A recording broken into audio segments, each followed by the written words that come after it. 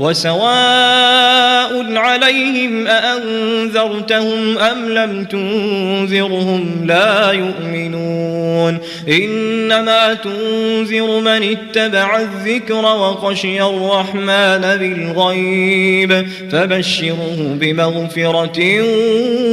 وأجر كريم إنا نحن نحيي الموتى ونكتب مثارهم وكل شيء أحصيناه في إمام مبين واضرب لهم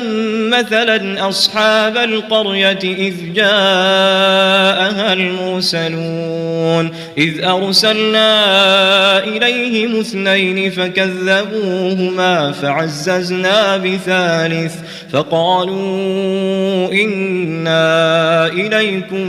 مرسلون